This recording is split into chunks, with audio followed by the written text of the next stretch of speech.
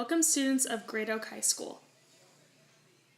This is Breaking News with Taylor and Kelly. Our story starts in October of 1937 with the birth of Raichu Spiegelman to parents Vladek and Anya Spiegelman. Raichu was born healthy at a size of over 3 kilos. Shortly after the birth of her son, Anya began to suffer from health issues, one of these being depression.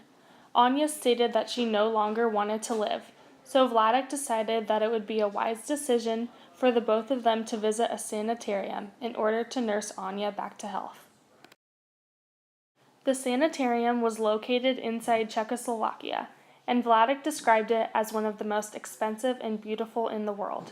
When on the train to the sanitarium, Vladek and Anya looked out the window and noticed a large Nazi flag in the center of the town.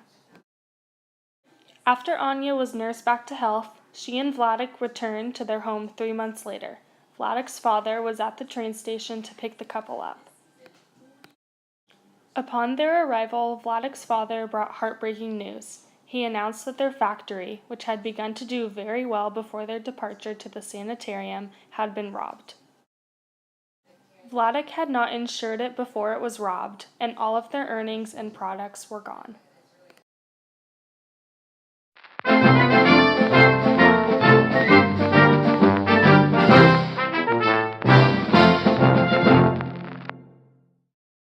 In March of 1944, Vladek and Anya Spiegelman had been captured by the Nazis and sent to the Auschwitz concentration camp in Poland. Once captive, the couple had been separated and fighting for their lives with traumatizing events throughout their experience there. They had to be smart and careful to make sure they ended up together. When separated, there was a lice outbreak and no food was supplied with anyone infected with the parasite. Vladek had to outsmart the capos by befriending others with better food benefits to make sure he got enough food. He decided to injure his hand to get the infirmary to make sure his health stayed up and kept infecting it to ensure he got the adequate amount of food.